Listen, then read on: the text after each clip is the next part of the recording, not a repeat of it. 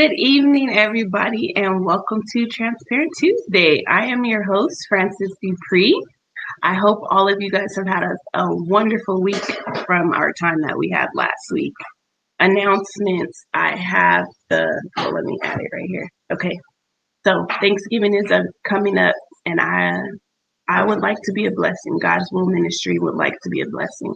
So if you need a blessing or you would like to be a blessing, please go to the website. It's located at the bottom of the screen, and go to the contact section and fill out a form, and put on there if you want to be a blessing or if you need a blessing. Also, as you guys have seen, I've been working behind the scenes, and I'm excited to announce I am certified as motivational speaker and life coach.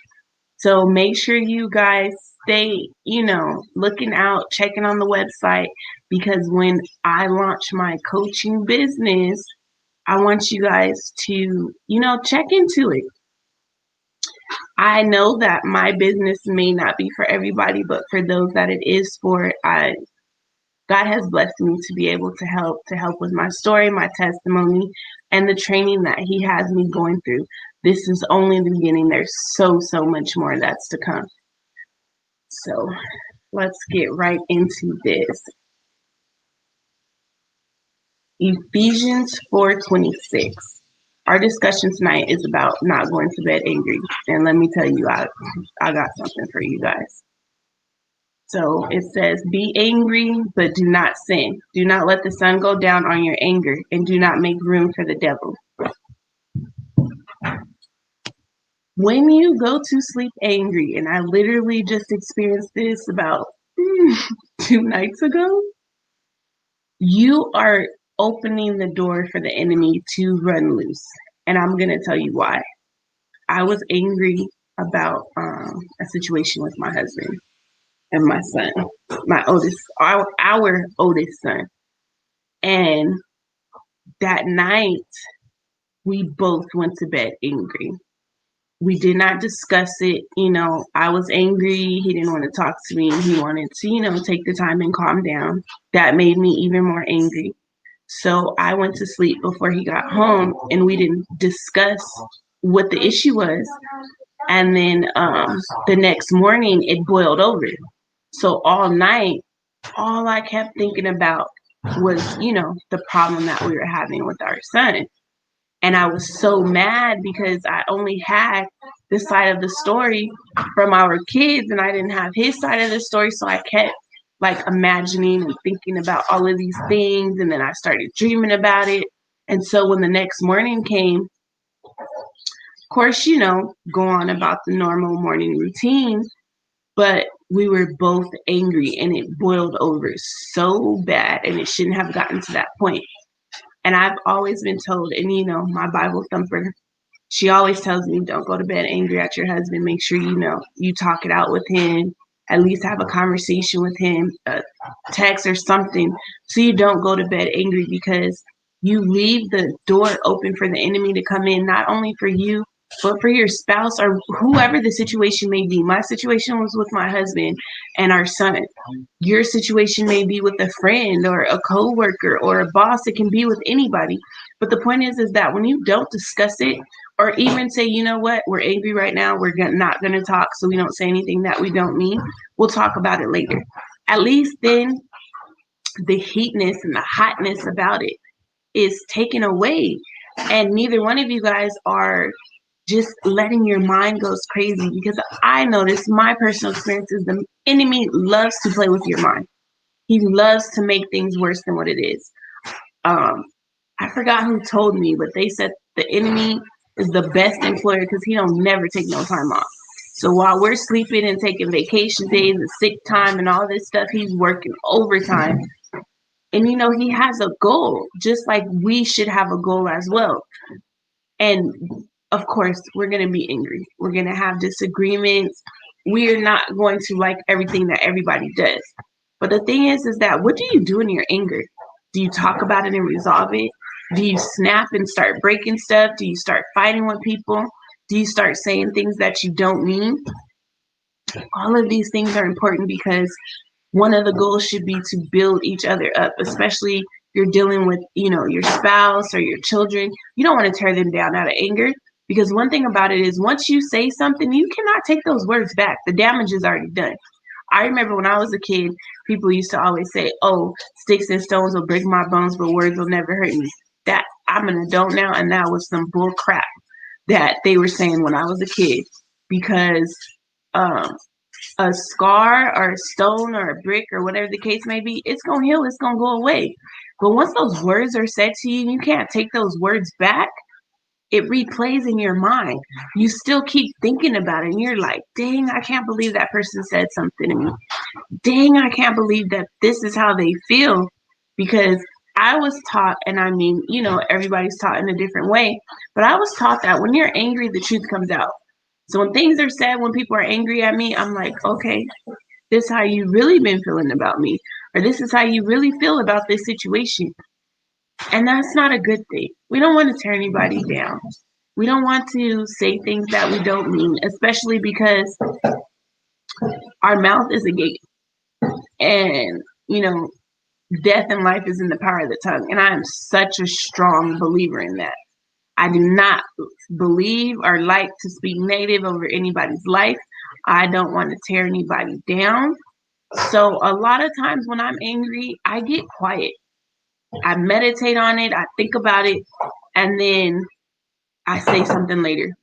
And people that are surrounded by me, they get so frustrated because they're like, dude, why didn't you say this right then and there when it was going on? Why are you waiting until the next day or the next few days? But I know that, my tongue and my temper and my anger can get very lethal. And I don't want to be that person. I am growing, I'm maturing. God is teaching me so much. He's surrounding me with a wonderful village and support system and teachers. I'm not going back to the old Francis. I'm not going backwards. So I have to use the tools that I'm learning. It's one thing for you to be learning and to be taught and not to put it into use. So I have to learn what I'm using, teach my children, teach those around me, and be new and better every single day. But going to bed angry and meditating on that thing and letting the enemy play in your mind, and you just are, as soon as you see that person, because you guys did not settle it or even agree to talk later, you just pop off. That's not good. That is not showing any type of love. That's not showing maturity. It's not good for any type of relationship. Like I said, it could be any type of relationship. We should want to stop the enemy in his tracks or see him when he's coming by any means possible. So we shouldn't leave doors open. I know everything is a work in progress. Nothing happens overnight. But going to bed angry is so not a good thing. So if there's any way that you can prevent it, do so. Don't give the enemy any type of door in. He wants to come to steal, kill, and destroy. So many people are being blessed right now in the pandemic. I'm seeing businesses, ministries, people are being blessed with money, or relationships that were destroyed are now coming back together. God is still in the blessing business. And as quick as God is blessing, the enemy is trying to tear it down. We can only destroy our own blessings. We are the only ones that can mess up our blessings, make us slip and slide. So we got to be on point. Try to see the enemy coming, pray and ask God to show you before it happens, or to show you what he doesn't want you to see. Don't go to bed angry. And I know I'm preaching to the choir right now. I know that this is something that I'm still working on, but I also know how bad things can get, or your mouth or your attitude or a very simple miscommunication can get because you went to bed angry. And do not sin in your anger. Don't tear somebody down.